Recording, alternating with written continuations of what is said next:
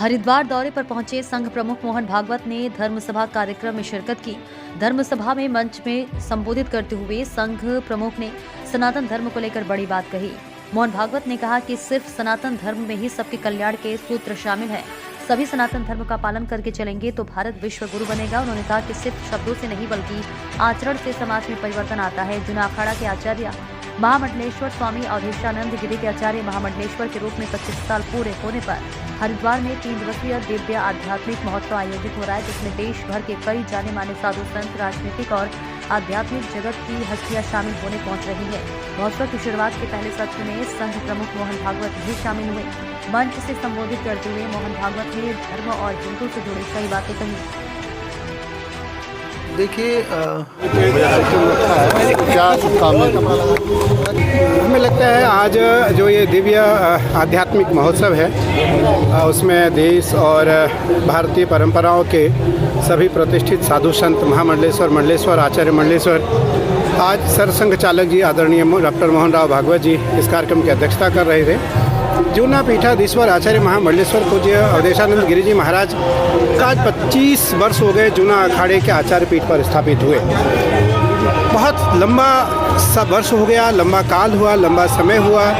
उनका एक आध्यात्मिक जीवन बीता और अच्छे तरीके से उन्होंने 25 वर्ष बिताए।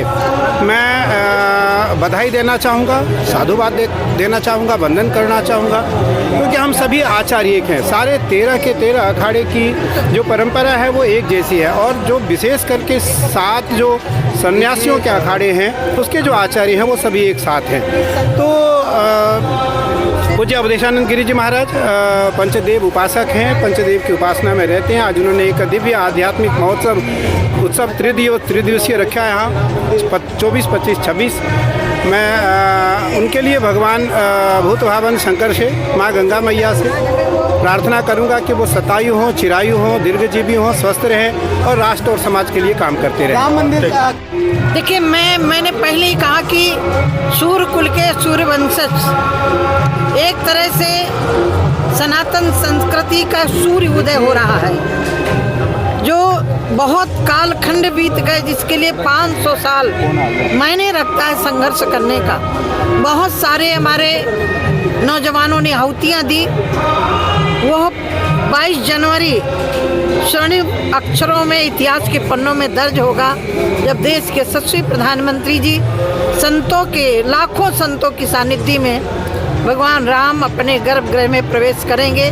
वो एक अद्भुत क्षण होगा।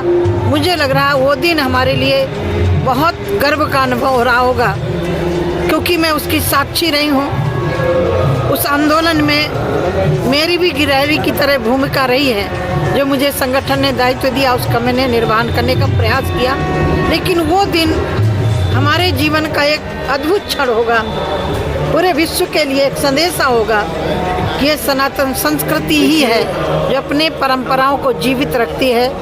आज पूज्य अवधेशानंद जी महाराज जी के आचार्य रजत जयंती जिसको बोलते हैं, उसमें मुझे भी आचार्य जी ने अवसर दिया, मुझे भी आने का अवसर प्राप्त। संसद में जो कुछ हुआ, उपराष्ट्रपति जी की जिस तरह से